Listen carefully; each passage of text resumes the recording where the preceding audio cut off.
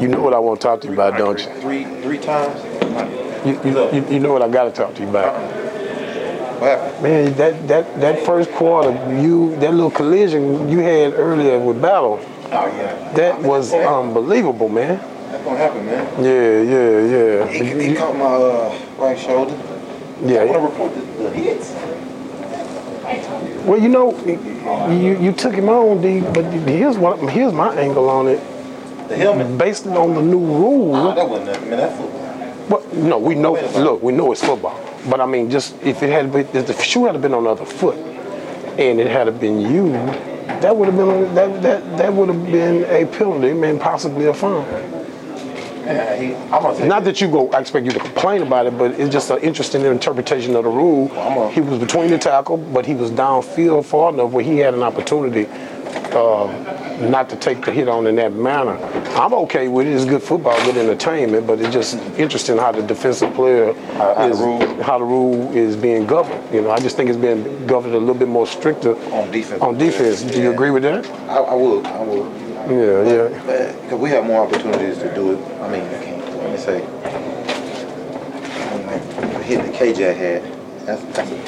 Technically, that's a good football play, but that's right. Rules. They're changing it up because of safety. If me and Battle, and I would have took on with my head and lowered my head, probably the outcome would have been different. Yeah. But I think just for the safety reason. I mean, my helmet didn't come off, and it wasn't like, I got knocked out or anything crazy. But it was definitely a good football move. He was protecting himself. That's what running back taught to do. And I'll be honest with you, I wasn't playing the rules. I was just trying to go down and make a tackle. I was coming across the screen. And I actually got low. His helmet went across the body. His helmet hit my shoulder. So it's hard to say that he lowered his helmet. When he actually hit my shoulder. I couldn't wrap him up. Yeah, but I just thought that he led intentionally.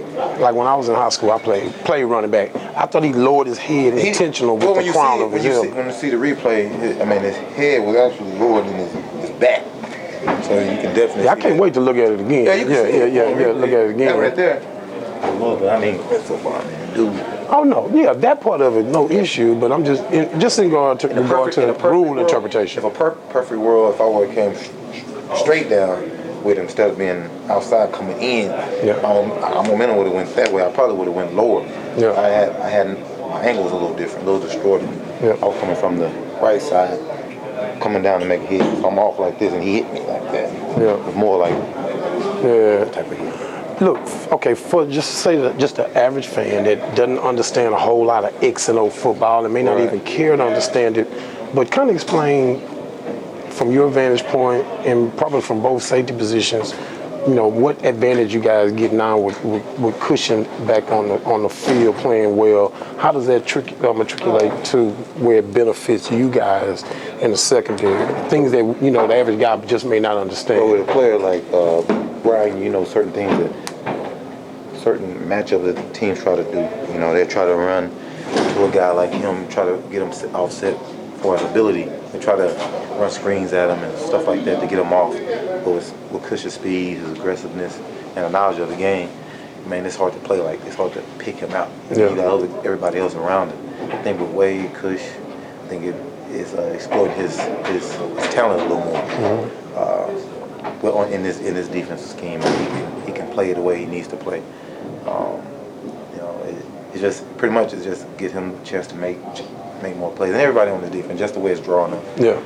Wade knows his stuff on defense. So schematically, when Cushion got back on the field, Wade Phillips is literally drawing up things differently than he would have drawn them up last year after he was off the field. Yeah, because we certain plays, certain blitzes were for Cush. You know what I mean? Especially designed for Brian. Or the way that he was calling in that position. Okay. Everyone has the same blitz, but more likely he was calling more plays in that position that Brian was in. So we knew that.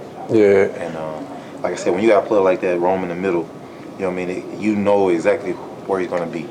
And opposing offenses, they know it too. You get tight end coming across the middle, and you have outside leverage or whatever. He's looking at cush. By that time, you get a chance to run up and cover your man certain looks, so you can disguise a little bit better. You know what I mean? You know when who is helping you. You know, you got Joe Mays who playing great, and we just got we've been having Dobbs, and now we got my boy 51. Shelton back. Yeah, he did some good things today too. So they those guys are right there in the middle, so that helps you out in coverage. And Shaw KO is playing great for high middle field safety. So certain techniques, you don't have to rush so much. Get out of leverage. You can keep playing your leverage and keep the guy. But certain ways he's gonna run back. He's not gonna run in because I know he's helping me. Yeah. From a distance, it appeared that y'all ran more single high coverage this week with KO. Did you, or did it just maybe I just misjudged what I saw as opposed to the opening game? What do you mean by that? Where he was deep coverage, and where you were more up in the box. I thought I saw more plays today.